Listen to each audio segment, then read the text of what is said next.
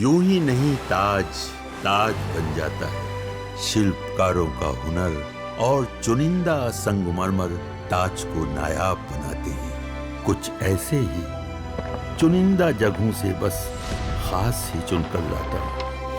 कतरे कतरे को मैं हीरे सा परखता हूँ। यूं ही नहीं मैं रजनी गंधा बन जाता हूँ। मौलाना भूल गया कि शासन किसका है।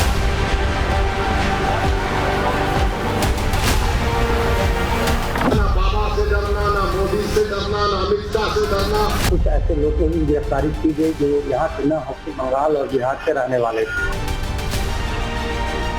अरे मुख्यमंत्री बाबा, जब भी दुस्साहस करेंगे ऐसे ही पिटोगे जैसे बरेली के अंदर पीटे गए। पिछले कुछ दिनों से यूपी में जिन्होंने माहौल बिगाड़ा, जिन्होंने बवाल मचाया, उन सब का नॉनस्टॉप इलाज चल रहा है। जिस मौलाना ने यूपी के बरेली को सुलगाया था, उस पर और उसकी टीम पर धड़ाधड़ एक्शन हो रहे हैं। नए नए खुलासे भी हो रहे हैं कि यूपी में बवाल की आड़ में क्या बड़ा कांड करने की साजिश हो रही थी। ये सब आपको बताऊंगा, लेकिन पहले आप ताबड़तोड़ एक्शन तो देख लीजिए। यूपी में आई लव मोहम्मद के नाम पर बवाल करने वालों के खिलाफ बुलडोजर एक्शन की एंट्री हो गई। मौलाना तौकीर रजा के दामाद की अवैध संपत्ति पर बुलडोजर चल गया है। तौकीर रजा के दामाद को पुलिस पकड़ के भी ले गई। तौकीर रजा और उसके करीबियों के दफ्तर और दुकानें, रिजॉर्ट सब सील किए जा रहे हैं। तौकीर रजा की संपत्तियों पर भी बुलडोजर चलने वाला है, यानी फुल ऑन एक्शन। लेकिन आप यह भी देखिए कि इधर ताबड़तोड़ एक्शन चल रहा है, उधर राजनीति भी चल रही है।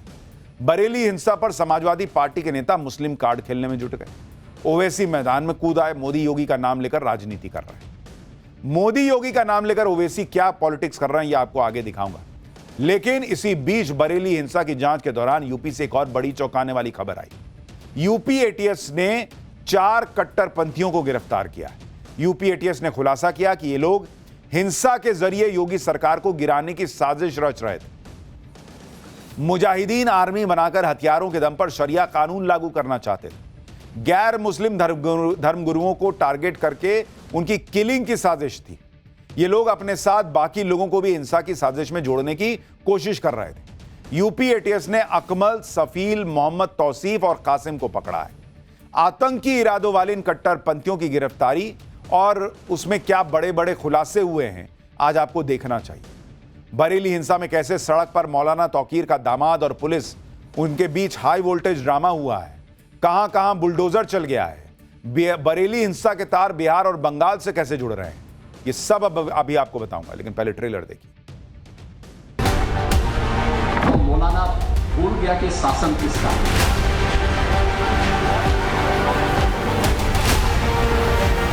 ना बाबा से डरना, ना मोदी से डरना, ना अमित शाह से डरना। कुछ ऐसे लोगों की गिरफ्तारी की गई जो यहाँ से न पश्चिम बंगाल और बिहार के रहने वाले थे। अरे मुख्यमंत्री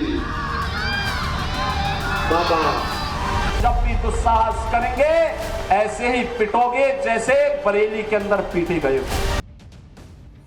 सबसे पहले बात बरेली हिंसा में पुलिस के एक्शन की, जिसे लेकर आज बड़ा बवाल हुआ।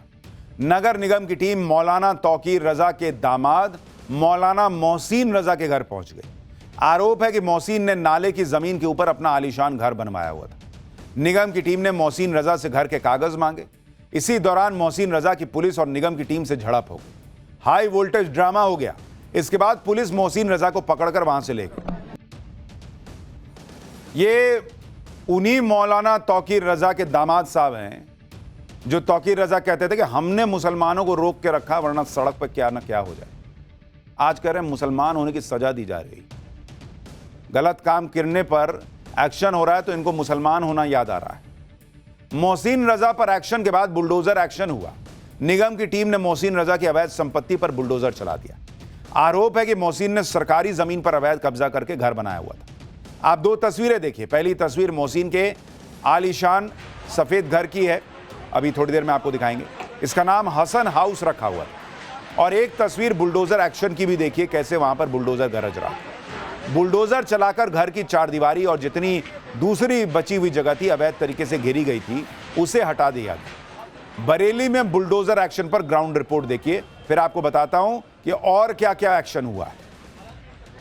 ये अब तोड़ दिया गया। ये देखिए, ये एक्शन शुरू हुआ और ये इसको तोड़कर गिरा दिया गया। ये देखिए, ये जो हिस्सा था उसको जो है यहाँ पर तोड़कर गिरा दिया गया है। दोनों जो दरवाजे थे, इन दोनों दरवाजों को भी यहाँ से तोड़कर हटाया जा रहा है। जो साइड में पट्टियां बनी थी, इन सबों को भी यहाँ से जो हटाया जा रहा है। और अब देखिए, यहाँ पर जो एक्शन है वो लगातार आपको देखने को मिलेगा। अंदर ई रिक्शास भी आपको नजर आएंगे जो यहाँ पर लगे हुए हैं और इन सभी अवैध निर्माणों पे अब जो बुलडोजर कार्रवाई है वो देखने को मिल रही है। देखिए, ऊपर से जो रॉड लगाकर इसको शेड देने की कोशिश की गई थी, इस रॉड पे देखिए ये देखिए एक्शन शुरू हो गया और ये देखिए ये इसे तोड़ दिया गया। ये देखिए, जो यहाँ पर एक अवैध चार्जिंग स्टेशन ई रिक्शा का चल रहा था, इसके ऊपर जो बुलडोजर है वो यहाँ पर गरजा है। और बुलडोजर देखिए, यहाँ पर जो इमारत बनी हुई थी, जो दीवार बना हुआ था, उसको पूरे तरीके से यहाँ पर तोड़ दिया है। बुलडोजर एक्शन है वो यहाँ पर ताबड़तोड़ जारी है। ये जो पीछे का इलाका था, ये देखिए चार्जिंग स्टेशन बनाया गया था, बीच में एक दीवार थी, अब इस दीवार को यहाँ से तोड़ा जाएगा। पहले जो गेट की बाउंड्री थी, पहले उसको तोड़ा गया और अब देखिए यहाँ पर ये जो दीवार है, ये देखिए यहाँ पर दीवार जो है उसको यहाँ पर गिरा दिया गया। दीवार देखिए, उसको यहाँ पर तोड़ दिया गया। इधर बुलडोजर एक्शन हो रहा है, उधर मौलाना तौकीर रजा के बाकी करीबियों की संपत्ति भी सील हो रही है। निगम की टीम ने मौलाना के करीबी का रिजॉर्ट सील कर दिया। तौकीर के करीबी नफीस का ऑफिस और करीब 74 दुकानें सील कर दी, यानी एक तरह की पूरी मार्केट ही सील कर दी गई। डॉक्टर नफीस वही व्यक्ति है जिसके बारे में आरोप है कि वो मौलाना तौकीर की इत्तेहाद मिल्लत काउंसिल से जुड़ा हुआ था। आरोप है कि नफीस ने ही यूपी पुलिस के एक इंस्पेक्टर को हाथ काटने की धमकी दी थी। ऐसी भी खबरें हैं कि बरेली प्रशासन ने तौकीर रजा की भी 8 संपत्तियों की पहचान की है जिन पर जल्द बुलडोजर चल सकता है। बरेली में जो उपद्रव हुआ उसे लेकर पुलिस तेजी से एक्शन ले रही है। बरेली उपद्रव में आज 17 और आरोपी पकड़े गए। अब तक कुल 73 उपद्रवी सलाखों के पीछे पहुंच चुके हैं। सब वहां हाथ जोड़कर माफी मांग रहे हैं। यूपी पुलिस ताबड़तोड़ एक्शन ले रही है। 3000 से ज्यादा अज्ञात लोगों पर केस हुआ। आज यूपी पुलिस ने कुछ आरोपियों को मीडिया के सामने पेश किया। ये आरोपी हाथ जोड़कर खड़े थे और इनमें से ज्यादातर लड़के और कुछ बुजुर्ग भी थे।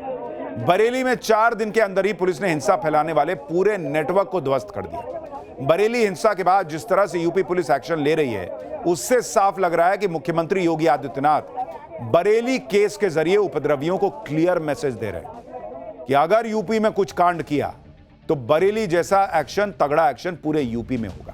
बेटी की सुरक्षा पे सेंध लगाने का कार्य करेगा और जो भी व्यापारिक प्रतिष्ठानों में आगजनी करने का दुस्साहस करेगा, जो भी पर्व और त्योहारों में उपद्रव करेगा, उसको हम पहले से इस बारे में कह देंगे कि उसको बिना मांगे जहन्नुम में जाने का टिकट हम काट करके दिला देंगे। याद रखना होगा, वे जितना सोचते हैं उससे ज्यादा हमारी पहले से तैयारी रहती है और जब भी दुस्साहस करेंगे ऐसे ही पिटोगे जैसे बरेली के अंदर पीटे गए हो। योगी आदित्यनाथ खुला मैसेज दे रहे हैं बॉस कि हरकतें ऐसी होंगी पिटने वाली तो पीटे ही जाओगे। इधर योगी आदित्यनाथ यूपी में उपद्रव मचाने वालों को चेतावनी दे रहे हैं, उधर ओवैसी भड़के हुए। आई लव मोहम्मद से शुरू हुए विवाद पर ओवैसी ने कहा कि न मोदी से डरने की जरूरत है न योगी से। ओवैसी मुसलमानों को जो सिखा रहे हैं कि किसी से न डरना, सही बात है, डरने की जरूरत क्या है? कानून व्यवस्था का पालन करने वाले को किसी से डरने की जरूरत नहीं। लेकिन वो जिन लोगों से कह रहे हैं कि तुम मत डरो, वो लोग क्या कर रहे थे वो दिख नहीं रहा है ओवैसी को।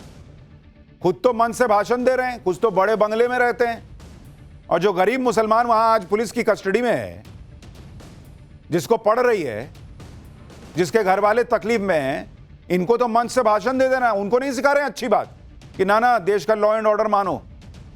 बरेली हिंसा में जिस तरह से यूपी पुलिस एक्टिव होकर कार्रवाई कर रही है, उसने बरेली को जलने से बचा लिया बॉस। लेकिन पुलिस की पीठ थपथपाने की बजाय समाजवादी पार्टी पुलिस के एक्शन पर सवाल उठा रही। समाजवादी पार्टी के नेताओं का एक दल बरेली के आईजी से मिला और यह आरोप लगाया कि पुलिस कुछ निर्दोष लोगों पर भी एक्शन ले रही है, निष्पक्ष कार्रवाई नहीं कर रही। इस तरह की अपील लेकर सपा के नेता पुलिस के पास पहुंच गए। दूसरी तरफ सपा सांसद रुचि वीरा ने मौलाना तौकीर रजा की गिरफ्तारी पर ही सवाल उठा दिए। असदुद्दीन ओवैसी हो या समाजवादी पार्टी के नेता, ये लोग यूपी पुलिस की कार्रवाई को ऐसा रंग दे रहे हैं जैसे यूपी पुलिस जानबूझकर मुसलमानों को टारगेट कर रही है, जबकि मौलाना तौकीर रजा के भड़काऊ बयानों के वीडियो मौजूद हैं। मौलाना तौकीर रजा कैसे मुसलमानों को भड़का रहे थे, यह हमने आपको पाठशाला में सुनवाया था। शुक्रवार को जुमे की नमाज के बाद कैसे पुलिस पर पथराव हुआ, गोलियां चली, पेट्रोल बम फेंके गए, यह सब इनको नहीं दिख रहा है। शुक्रवार को बरेली में मुसलमानों को भड़काने के लिए लेटर लिखे गए थे। उस लेटर में लिखा गया था कि हम सबको योगी सरकार को मुसलमानों की ताकत और तादाद दिखानी है। आरोप है कि यह लेटर 26 तारीख को हिंसा वाले दिन पार्षद अनीश सकलानी ने लिखा था। इसमें मौलाना तौकीर रजा का हवाला देकर मुसलमानों से इस्लामिया ग्राउंड पर आने की अपील की गई थी। आरोप है कि हिंसा के दिन सुबह से ही यह लेटर लोगों में बांटा जा रहा था, सोशल मीडिया के जरिए फैलाया जा रहा था। बरेली हिंसा को लेकर इतने सबूत, बयान और वीडियो मौजूद हैं, बावजूद इसके समाजवादी पार्टी पूरे विवाद को यह रंग देने में लगी है कि यूपी में आई लव मोहम्मद के पोस्टर लगाने पर गुनाह हो गया। सुनिए समाजवादी पार्टी के नेता क्या कह रहे हैं। इन नेताओं को दो तरह का कॉन्फिडेंस है बॉस। एक तो यह कि इस तरह के उपद्रवी मुसलमान जो पकड़े गए हैं, उनका भी अगर साथ देंगे तो भी मुसलमान इनको वोट दे देगा। वो नहीं कहेगा कि भाई क्यों आप जो है गलत काम करने वाले का साथ दे रहे हो, उसको मुसलमान क्यों बता रहे हो, उसको सीधा उपद्रवी क्यों नहीं कह रहे। इनको ये कॉन्फिडेंस है कि बल्क में वोट मिल जाएगा मुसलमान का अगर हम ऐसे लोगों का भी साथ दे रहे हैं। और इनका दूसरा कॉन्फिडेंस है कि इतना करने के बाद भी इनको जो है हिंदुओं का वोट भी मिल जाएगा। समाजवादी पार्टी के नेता कह रहे हैं कि यूपी में तो मुसलमानों की हालत बदतर हो गई। सपा नेताओं को बरेली से आई तस्वीरें देखनी चाहिए। बरेली में जब पुलिस फ्लैग मार्च कर रही थी तब कुछ स्थानीय मुसलमान वहां पुलिस पर फूल बरसा रहे थे, और हमने आपको कल भी बरेली के मुसलमानों के बयान दिखाए थे जिसमें वो सरकार के एक्शन का समर्थन कर रहे थे। तो जो फूल बरसा रहा है मुसलमान, उस पर एक्शन हुआ है क्या? मुसलमान क्या यूपी में जो है वो ईद नहीं मना पा रहा क्या, बकरीद नहीं मना पा रहा क्या, कौन सा अपना पर्व नहीं मना पा रहा बॉस? क्या जुमे की नमाज नहीं पढ़ पा रहा क्या? लाउड स्पीकर मंदिर से उतरा, मस्जिद से उतरा, दोनों जगह से उतरा कि नहीं उतरा? लेकिन आप पत्थर चलाइएगा और सोचिएगा कि पुलिस फूल बरसाएगी, ये कैसे होगा बॉस? और उसमें ये लोग नेता लोग, ओवैसी और समाजवादी पार्टी, ये लोग समर्थन कर रहे हैं ऐसे लोगों का। जो लोग भी बरेली हिंसा पर राजनीति कर रहे हैं उन्हें देखना चाहिए कि बरेली में कितने बड़े कांड की साजिश रची जा रही है। जांच में जो खुलासा हो रहा है उसका दावा है कि दंगा भड़काने के लिए 40,000 लोगों को बुलाने की तैयारी थी। 5 थाने जहां मामले दर्ज है वहां करीब 390 मस्जिदें हैं। हर मस्जिद में 100 लोगों को जमा करने का प्लान था। जुमे की नमाज के बाद इस्लामिया कॉलेज ग्राउंड जाने का प्लान था। इस्लामिया ग्राउंड से हिंसा भड़काने की साजिश थी। हिंदू इलाकों तक हिंसा फैलाने की साजिश थी। बवाल करने के लिए बिहार और बंगाल से लोग बुलाए गए थे। पुलिस के ऊपर जानलेवा हमले करने के इरादे से फायरिंग, यानी बरेली में बड़ा दंगा करने की साजिश थी, जिसको लेकर रोज खुलासे हो रहे हैं। और उसे देखते हुए बरेली उपद्रव की एसआईटी जांच के भी आदेश दिए गए। ये स्पेशल एसआईटी टीम 1 महीने में रिपोर्ट सौंपेगी। सुनिए बरेली रेंज के डीआईजी हिंसा को लेकर क्या बता रहे हैं, फिर आपको बताता हूं कि 4 जो और लोग अरेस्ट हुए हैं उन्होंने और कितना बड़ा खुलासा किया है। कुछ ऐसे लोगों की गिरफ्तारी की गई जो यहाँ के न होकर बंगाल और बिहार के रहने वाले थे। ऐसे लोगों के खिलाफ भी कार्रवाई सुनिश्चित की गई। साथ ही जनपद बरेली के अलावा अन्य जनपदों के भी लोगों की भी संलिप्तता अभी सामने आई है। इधर बरेली में हिंसा की परतें खुल रही हैं, उधर यूपी एटीएस ने आज बड़ा एक्शन लिया। यूपी एटीएस ने 4 ऐसे लोगों को पकड़ा है जो हिंसा के जरिए योगी सरकार को गिराने और यूपी में शरिया कानून लागू करने जैसी साजिश रच रहे थे, यह आरोप लग रहा है। यूपी एटीएस ने कानपुर समेत यूपी के 4 जिलों में छापेमारी कर इन लोगों को पकड़ा। ये लोग अपने कट्टरपंथी सोच के जरिए दूसरे लोगों को भी हिंसा के लिए भड़का रहे थे। आरोप है कि इनके निशाने पर गैर मुस्लिम धर्मगुरु भी थे। ये सभी आरोपी किसी पाकिस्तानी संगठन से प्रभावित थे। ये लोग आतंकी हमले को अंजाम देने के लिए फंड जुटाने में लगे हुए थे। बरेली हो या कानपुर, यूपी के अलग अलग जिलों में हिंसा फैलाने की साजिशें सामने आ रही हैं। इन साजिशों को पहले ही भांपते हुए सीएम योगी और उनकी पुलिस चौकन्ना है। प्रोएक्टिव मोड में एक्शन हो रहा है, लेकिन सीएम योगी के इस एक्शन पर राजनीति भी जबरदस्त हो रही है। यानी ओवैसी कह रहे हैं कि कोई किसी कब्र पर लाठी चला रहा है तो एक्शन होना चाहिए, लेकिन यहां लोग सामने हाड़ मांस के पुलिस वालों पर, लोगों पर पत्थर चला रहे हैं तो एक्शन नहीं होना चाहिए। लॉजिक देख रहे हैं?